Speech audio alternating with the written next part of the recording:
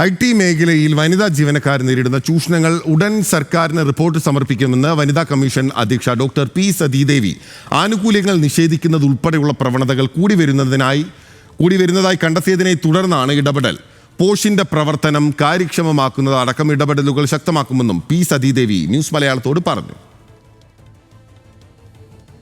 കഴിഞ്ഞ ദിവസം കോഴിക്കോട് സൈബർ പാർക്കിൽ നടത്തിയ തെളിവെടുപ്പിനിടെ ഉയർന്ന പരാതികളുടെ അടിസ്ഥാനത്തിലാണ് പ്രശ്നപരിഹാരത്തിനുള്ള നിർദ്ദേശങ്ങൾ അടങ്ങുന്ന ശുപാർശ സർക്കാരിന് കൈമാറുക.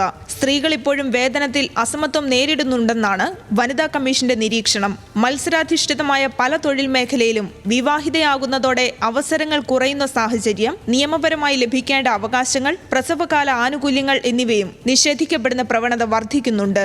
പലപ്പോഴും ആ തൊഴിൽ മേഖലയിൽ നിന്ന് പിന്മാറേണ്ടി വരിക, സ്വയം പിന്മാറേണ്ടി വരുന്ന ഒരു സാഹചര്യം സൃഷ്ടിക്കപ്പെടുകയാണ്. അതുപോലെ തന്നെ മെറ്റേണിറ്റി ബെനിഫിറ്റ് കിട്ടേണ്ടതായിട്ടുണ്ട്. പക്ഷേ ഈ ഗർഭിണിയായിരിക്കുന്ന സമയത്ത് അവർക്ക് ഈ തൊഴിൽ മേഖലയിൽ അവരുടേതായിട്ടുള്ള കഴിവ് പ്രകടിപ്പിക്കാൻ വേണ്ടത്ര വിധത്തിൽ പറ്റാത്ത അവസ്ഥ, അതുപോലെ തന്നെ ഈ പ്രസവത്തോടു കൂടിയിട്ട് അനുവദിക്കേണ്ടി വരുന്ന ലീവ് എടുത്ത് കുറച്ചു കാലം മാറി നിൽക്കുന്ന സമയത്ത് അവർ ഈ ഫീൽഡിൽ നിന്ന് പല കാരണവശാൽ മാനസികമായിട്ടുള്ള സമ്മർദ്ദത്തിൻ്റെ തന്നെ ഭാഗമായിട്ട് മാറി നിൽക്കേണ്ടുന്ന സാഹചര്യം. ഇപ്പോൾ സ്വയം അവരുടെ മനസ്സിനെ തന്നെ ആ തരത്തിൽ പാകപ്പെടുത്തിയെടുക്കണം. ഇതിനു പുറമെ 50-ലധികം സ്ത്രീകൾ തൊഴിലെടുക്കുന്ന സ്ഥലങ്ങളിൽ ക്രഷുകൾ വേണമെന്നും നിർബന്ധമുണ്ട്.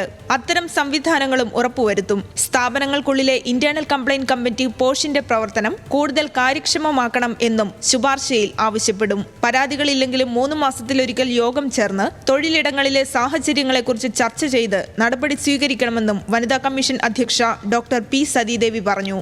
ന്യൂസ് മലയാളം, കോഴിക്കോട്.